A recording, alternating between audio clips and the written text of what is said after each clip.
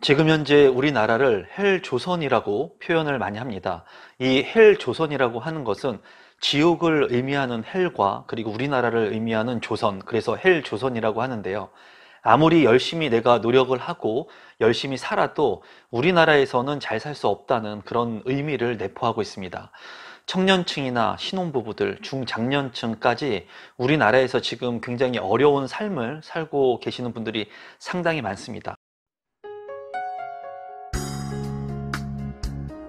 임성배 TV. 보동과 텐데크.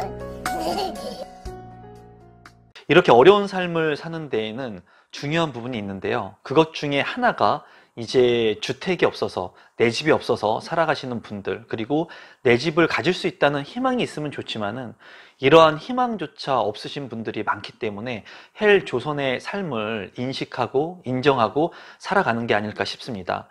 최근에는 주택 가격이 너무나 많이 올랐기 때문에 이 주택을 사려고 하는 생각조차를 하지 않으시는 분들이 상당히 많이 있는 것으로 보여집니다. 주변을 둘러보더라도 이제 제 후배들이나 또는 동생들, 그리고 친구들, 그리고 제 주변의 지인들만 보더라도 이제 내 집 마련을 하거나 부동산에 투자하기가 너무나 어려워졌다, 힘들어졌다, 이제 포기해야겠다, 그런 얘기들을 참 많이 듣습니다. 그리고 주택의 가격이 너무나 큰 폭으로 많이 올랐어요. 예전 같은 경우에는 정말 내가 열심히 노력하면은 주택을 살 수 있고 내 집 마련을 할 수 있고 대출을 받아가지고 레버리지를 이용해가지고 내 집을 마련할 수가 있었습니다. 제가 경매를 주로 했었던 2008년도 이후에는 정말 90% 80%까지 넘는 그런 대출들이 나왔고 낙찰 금액을 낮게 내가 낙찰받게 되면은 전세를 놓게 됐을 때 돈이 남는 그런 현상들까지도 있었습니다. 그렇기 때문에 내가 저렴한 돈을 가지고 대출을 활용해 가지고 투자를 하거나 내 집 마련을 할 수 있었는데, 그러한 절차들 어떻게 보면은 중산층의 계층이 없어지고 이제 상류층과 하류층 두 개의 층으로 이제 나누어지는 양극화의 시대가 도래된 것으로 보여집니다. 지금 현재 주택을 사려고 해도 사지 못하시는 분들, 그리고 너무 많이 올랐기 때문에 고민하시는 분들, 그리고 그런 분들이 내 집 마련의 꿈을 포기하고 계셨는데, 최근에 이제 대통령 인수위에서 부동산의 완화책들을 발표할 예정인데, 양도세의 완화에 대한 부분들을 먼저 얘기를 하고 있죠. 그리고 5월 11일부터 이제 양도세의 완화가 1년 동안 시작될 것으로 예상이 됩니다. 또한 이제 대출에 대한 규제가 이제 얘기가 나오고 있습니다. LTV라고 해가지고 담보 인정 비율이죠. 그러니까 주택 가격의 일정 비율을 이제 대출을 실행해 주는 것인데, 이 LTV를 80%까지 해주겠다 하는 대통령 공약이 있었습니다. 이 얘기는 뭐냐면 10억의 아파트를 내가 만약에 대출을 받으면 8억까지 해준다는 거예요. 쉽게 얘기를 하게 된다면. 그렇게 됐을 때는 내가 가지고 있는 자기 자본이 얼마 있지 않아도 내 집을 마련할 수 있겠죠. 왜? LTV를 통해 가지고 대출을 활용할 수 있기 때문이죠. 그런데 이거보다 더 강력한 대출 규제인 DSR, 소득 대비해 가지고 대출을 해주는 그런 규제로 인해 가지고 이 LTV를 완화한다고 하더라도 DSR의 규제를 받는, 즉 돈을 많이 버는 사람들 같은 경우에는 현금의 흐름들, 자본이 많기 때문에 그냥 주택을 사면 됩니다. 그런데 정말 중요한 것은 물가 상승률 이상으로 주택 가격이 지속해서 오르면서 서민들 같은 경우에는 이 주택을 사기가 쉽지가 않다라는 거죠. 왜냐하면 내가 돈을 모아서 이 주택을 사려고 하면 이 주택의 가격이 지속적으로 계속 오르기 때문이에요. 그래서 이러한 부분들을 많은 사람들이 돈을 모아서 주택을 사려고 하면은 주택의 가격이 최근과 같이 너무나 많이 올랐기 때문에 나중에는 포기하게 된다는 거죠. 그렇기 때문에 반대로 해야 하는 것이 맞습니다. 대출이 만약에 나오게 된다면 레버리지를 활용해 가지고 내가 조금 무리가 된다 하더라도 주택을 미리 사놓고 이 대출의 비율만큼의 대출금을 이제 상환을 하는 게 좋다는 거죠. 이렇게 됐을 때는 제가 말씀드린 것처럼 이 대출을 계속 매달 갚아 나가야 되기 때문에 소비 절제를 내가 억제할 수 있는 그런 능력들을 쌓게 되고 그런 생활들을 하게 된다는 거예요. 종잣돈을 모아가지고 내 집 마련을 하기 위해서는 종잣돈을 모으기 위해서 소비 지출을 줄여야 되는데 내가 소비 지출을 통제하기가 쉽지가 않다라는 거예요. 많은 부를 이루신 분들도 소비 지출을 통제하기가 쉽지가 않습니다. 매일같이 내가 선택과 집중을 해야 됐고, 그리고 이런 소비 지출을 통제하기 위해서는 나 자신하고 맨날 싸워야 하는 그런 어려움이 있기 때문에 사람은 다 소비하는 습관을 가지고 있기 때문에 쉽지가 않아요. 하지만은 대출을 활용해 가지고 내가 미리 내 집 마련을 하게 된다면 내가 어쩔 수 없이 대출금을 내야 되고 원리금을 상환해야 되고 이자를 내야 하기 때문에 나의 지출 능력이 스스로 절제될 수 있다는 거예요. 그래서 최근에는 이제 청년층이라든가 신혼부부들한테 DSR을 완화해주겠다. 생애 최초로 내 집 마련을 하려고 하는 생애 최초 주택 구입자들한테 이 DSR을 한정적으로 이제 완화해주겠다는 그런 얘기들이 나왔었습니다. 조금 시기를 미룰 거라고 했지만 제가 봤을 때 지금 나오는 그런 부분들을 봤을 때는 생각보다는 빠르게 이 DSR의 대출 규제 완화가 실행이 될 것 같아요. 그러면 앞으로 돌아가서 예전의 정권들을 한번 살펴봤을 때 여러분들께서 최근에는 주택 가격이 큰 폭으로 올라서 대출도 안 되고 내가 사고 싶어도 사지 못했기 때문에 많은 사람들이 내 집 마련의 꿈을 포기하시는 분들이 많거든요. 그러면 예전 정권, 박근혜 정권 때로 한번 돌아가 보겠습니다. 그때는 주택의 가격이 조정을 받으면서 많은 사람들이 주택을 살려고 하지 않았어요. 그래서 정부에서 제발 좀 집을 사셔라. 집을 내 집 마련 한 채는 필요하니까 제발 좀 주택을 좀 사셔라. 이렇게 얘기를 했습니다. 그때 많은 사람들은 주택을 사지 않았어요. 왜냐하면 주택을 충분히 레버리지를 이용해 가지고 살 수 있는데도 불구하고 주택의 가격이 떨어질 거야, 조정될 거야, 나는 지금 필요하지 않아, 이런 생각들을 많이 했다는 거예요. 지금 현 시점의 주식과 한번 제가 또 다시 한번 비교를 해본다면 주식의 가격이 많이 올랐을 때 삼성전자의 주식이 10만 전자가 된다, 이렇게 얘기가 나왔을 때는 너도 나도 언론 매체에서 이 주식에 대한 영상들 그리고 내용들을 다뤘습니다. 그러니까 주식을 아예 모르는 사람들까지도 주식 통장을 개설하고 자녀들한테까지도 주식 통장을 개설하게 하면서까지 이 나도 모르는 주식들을 샀다라는 거예요. 우량주 같은 경우에 삼성전자 주식을 많이 샀죠. 너도 나도 할 것 없이 정말 불나방처럼 주식을 샀습니다. 그런데 지금 코스피 시장이 많이 하락되고 있죠. 그리고 그때 주식들을 많은 사람들이 투자를 하면서 주식을 통해 가지고 이제 한 방을 노리겠다, 그런 사람들이 많았습니다. 그때 당시에 제가 찍었던 영상들은 그런 영상들을 많이 찍었어요. 주식을 여윳돈으로 해야 된다. 그리고 청년층 같은 경우에는 주식을 해서 돈을 벌려고 하지 말아라. 왜냐하면 주식을 통해 가지고 내가 한순간 많은 돈을 벌었다고 하더라도 이 돈을 번 것만큼의 초심자의 행운, 반대급부가 반드시 생기게 된다. 그래서 청년층 같은 경우에는 주식을 사가지고 한 방을 노리는 것보다는 내가 소비 절제를 하면서 돈을 모으고 적금을 통해 가지고 스텝 바이 스텝으로 가는 그런 삶의 목표를 가지고 그 삶을 안정적으로 살아가는 그런 방법들을 터득해야 된다고 얘기를 드렸죠. 그때 댓글들이 많이 달렸습니다. 지금 이렇게 주식시장이 좋은데 왜 주식을 안 하냐, 주식을 해가지고 돈을 많이 벌어야지. 근데 아마 그때 주식을 투자하고 마이너스 신용대출을 통해 가지고 주식 투자한 사람들, 우량주라고 하는 삼성전자 주식을 산 사람들은 거의 지금 파란불을 보고 있을 겁니다. 그리고 지금 아마 후회를 할 거예요. 아, 내가 많은 욕심을 부렸구나, 그런 생각을 아마 하게 될 거라는 거예요. 그런데 반대로 내가 조금 대출을 많이 활용해가지고 내 집 마련을 했다면, 지금 이제 DSR의 규제가 완화된다고 하죠. 청년층이나 신혼부부들한테 우선적으로 될 것으로 보여져요. 제가 봤을 땐 생애 최초 주택자한테까지, 그리고 나서 중장년층한테까지 확대될 것으로 보여집니다. 어떻게 보면은 이제 일시적으로 다 동시자발적으로 될 수도 있지만은 제가 봤을 때는 사회적 약자라고 그래도 보여지는 사람들한테 먼저 주택을 살 수 있는 기회들을 주는 게 그래도 맞다고 생각을 하거든요. 물론 형평성에서는 조금 벗어날 수는 있습니다. 하지만은 사회 초년생인 청년층이나 아니면 신혼부부들 같은 경우에는 지금 이제 청년들이 무슨 돈이 있습니까, 여러분? 돈이 없다라는 거예요. 그렇기 때문에 그 청년층이 아무리 소비 절제를 한다고 하더라도 모을 수 있는 자금의 한계가 있죠. 그러니까 그런 한계를 가지고 대출도 안 나오는데 내 집 마련 17평짜리 아파트라도, 조금 작은 평수의 아파트 빌라라도 사고 싶은데 대출이 안 나오니까는 그 사람들 같은 경우, 청년층 같은 경우에는 이 소액의 돈을 가지고 투자할 수 있는 곳들을 보다 보니까 비트코인이라든가 주식이라든가 위험성 자산, 어떻게 보면은 좀 더 위험하고 좀 더 한탕을 노릴 수 있는 그런 곳들로 투자를 하는 거죠. 우리나라의 미래는 청년들이 가지고 있습니다, 여러분. 그 청년들이 잘 돼야지 우리나라가 앞으로 더욱더 성장하고 글로벌에서 더 위상을 펼칠 수가 있는데, 이런 청년들이 그렇게 한탕을 노리고 그리고 위험성이 있는 많은 투자 자산들을 통해 가지고 투자 수익을 올리지 못하고 만약에 실패를 하게 됐을 때는 우리나라의 미래가 없는 거예요. 대한민국의 미래가 없습니다. 그렇기 때문에 제가 봤을 때는 청년층이라든가 신혼부부들, 지금 이제 결혼을 해서 돈을 모아봤자 얼마나 많이 모았겠습니까? 그런 분들한테 LTV 완화라든가 그리고 DSR의 완화를 통해 가지고 일부 내 집 마련을 할 수 있는 소득 계층한테는 내 집을 마련할 수 있는 기회를 줘야 되는 거예요.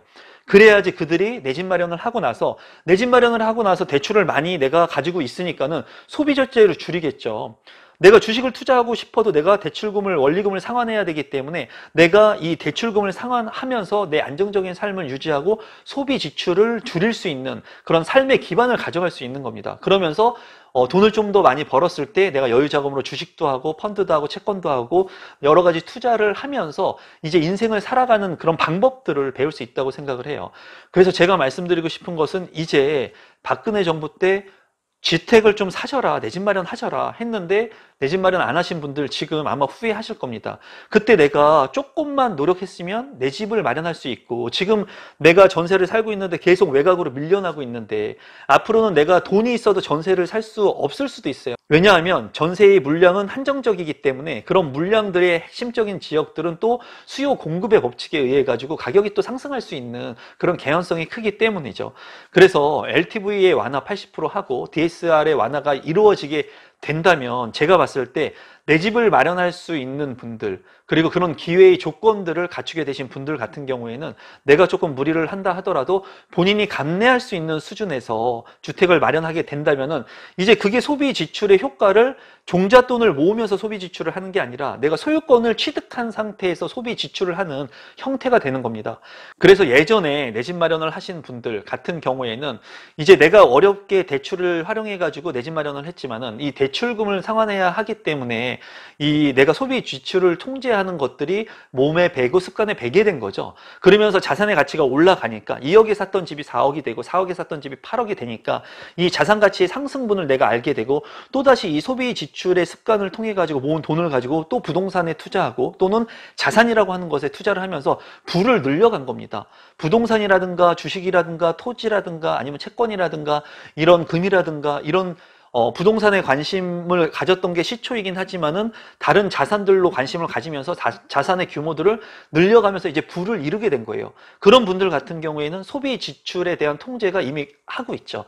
왜? 내가 어렵게 돈을 모아가지고 월급을 타가지고 첫 번째로 한 것이 생활비를 주고 그리고 내가 대출 비용을 갚고 남은 돈을 가지고 생활을 해야 됐기 때문에 대출을 갚는 형태가 내 소비 지출을 통제하는 그런 생활 패턴을 만들게 된 겁니다. 그래서 제가 초창기 때 찍었던 많은 조회수를 이루고 있는 영상들 같은 경우에는 대출을 많이 받는 게 좋다라고 하는 내용들도 있어요. 왜냐하면 억지로 내가 소비 지출을 통제할 수 있는 거예요. 그런데 대출을 많이 받는 게 자산을 사기 위해서 대출을 받는 것은 좋은 겁니다. 여러분들이 이제 잘못 이해할 수 있을까봐 제가 첨언을 좀 하자면 대출을 많이 받는 것이 무조건 좋다는 것이 아니라 자산의 가치가 올라갈 수 있는 자산이라고 하는 것에 투자를 하거나 이런 소유권을 갖기 위해서 대출을 많이 받는 것은 나쁘진 않지만 만약에 소비성이 짙은 재화들, 명품백이라든가 자동차를 사기 위해서 대출을 많이 받는 것은 절대로 현명한 대출을 받는 방법이 아니겠죠.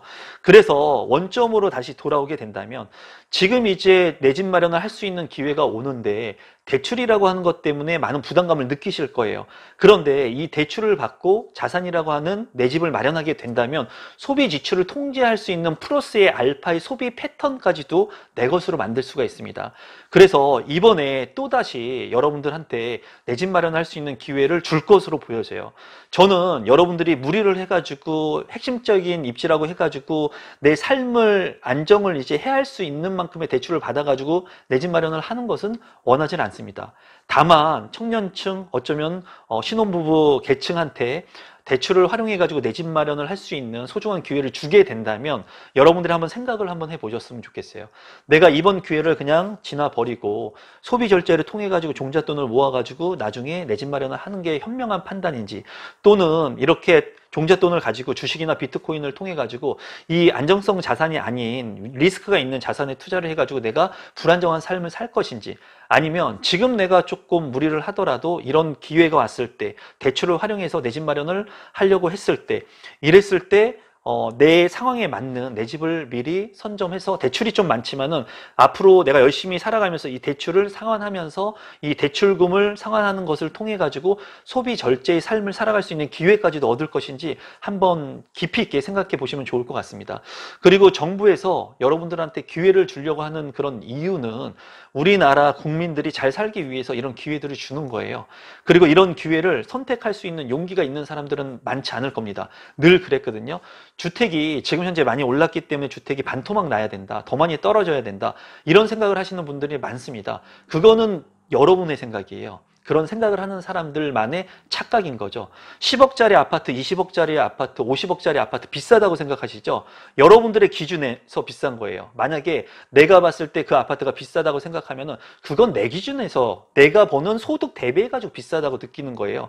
다른 사람 입장에서는 50억의 아파트가 싸다고 느낄 수 있습니다. 10억의 아파트가 너무나도 싸다고 느낄 수가 있어요. 세계에서 본다면 우리나라의 주택 가격이 너무나도 싸다고 느낄 수 있는 거예요. 그렇기 때문에 중국이나 외국인들이 우리나라의 강남의 아파트들 모두 다 가져가고 있지 않습니까? 이런 것들이 나중에는 다른 지역들의 아파트까지도 우리나라 국민들이 소유하지 못하고 다른 나라 사람들이 가져갈 수 있을지도 몰라요. 그렇기 때문에 내 집 마련 한 채는 반드시 필요하다고 제가 말씀드리죠. 노후까지도 그냥 보장이 되는 거예요. 왜? 주택연금으로 돌리면 되니까 나중에. 내가 지금 힘들지만은 연금 넣는다 생각하고 소비지출 통제하는 그런 과정을 거친다고 생각하고 내가 내 집 마련을 하게 된다면 노후까지도 보장될 수 있는 이 1주택 필수의 내 집 마련, 이것은 선택이 아닌 필수입니다, 여러분. 여러분들께서 이제 또다시 청년층 같은 경우, 그리고 신혼부부 같은 경우에는 아마 이런 기회들이 많은 혜택을 줄 거라고 보여지고, 제가 이제 말씀드리고 싶은 것은 이제 금융세제에 대한 혜택도 줄 거라고 보여져요. 예를 들면은 예전에 주택을 살 수 있었던 가장 좋은 방법들, 그리고 그렇게 주택을 통해 가지고 부자가 될 수 있었던 방법은 무엇이었냐면, 이제 대출도 많이 나왔지만은 중요한 것이 대출을 받게 됐을 때 일정 부분 이자만 냈습니다. 그러니까 원금과 이자를 같이 상환하게 된다면 굉장히 많은 돈을 내야 되죠. 하지만은 내가 이자만 내게 된다면, 예를 들어서 이자만 3년을 낸다, 5년을 낸다, 10년을 낸다 하면은 내가 이자를 10년 동안 이자만 내고 난 후에 10년 있다가 주택의 가격이 상승을 하게 되면은 원금과 이자를 상환하는 것이 아니라 이 주택을 팔고 그 차익분을 가지고 그 차익분에 맞는 주택을 그냥 사도 됐었다는 거죠. 그런데 지금 같은 경우에 원금과 이자를 같이 상환하는 그런 부담이 있기 때문에 제가 봤을 때는 이자만 일시적으로 낼 수 있는 그런 금융 정책들이 발표가 돼야 되지 않을까. 지금 같은 경우에는 주택의 가격이 너무나 많이 올랐기 때문에 이제 금융 비용, 대출 비용이 굉장히 많이 내야 되죠. 그렇기 때문에 일시적으로 이자만 낼 수 있는 3년이라든가 이자만 내고 난 후에 원금과 이자를 같이 낼 수 있는 그런 정책들, 저리의 정책들이 많이 좀 상품들이 같이 병합되어야 되지 않을까 생각을 해봅니다. 무턱대고 LTV를 80%로 해주고 DSR 완화된다고 해가지고 소득 수준이 적으신 분들이 주택을 바로 마련하기가 쉽지가 않죠. 그렇기 때문에 정책적으로 이제 금융의 정책들이 플러스가 되어야 된다고 생각을 하고, 저보다 훨씬 더 머리가 좋고 생각이 깊으신 분들이 아마 이러한 것들을 플러스 알파로 주는 혜택들을 아마 마련하지 않을까 개인적으로 생각을 해봅니다. 만약에 이런 것들이 다 융합돼 가지고 여러분의 한도 내에서 조금 부담스럽지만은 내 집을 마련할 수 있는 그런 여건이 된다면, 그래서 앞으로 이런 내 집 마련을 할 수 있는 기회들이 온다면 무조건 많이 오른 집값 때문에 부정적으로만 생각하지 마시고 여러분들께서도 현명한 선택을 한번 해보시고 현명한 결정을 하기 위해서 많은 생각들을 해보시면 좋을 것 같습니다. 오늘 영상은 이것으로 마무리 짓도록 하겠습니다. 고맙습니다.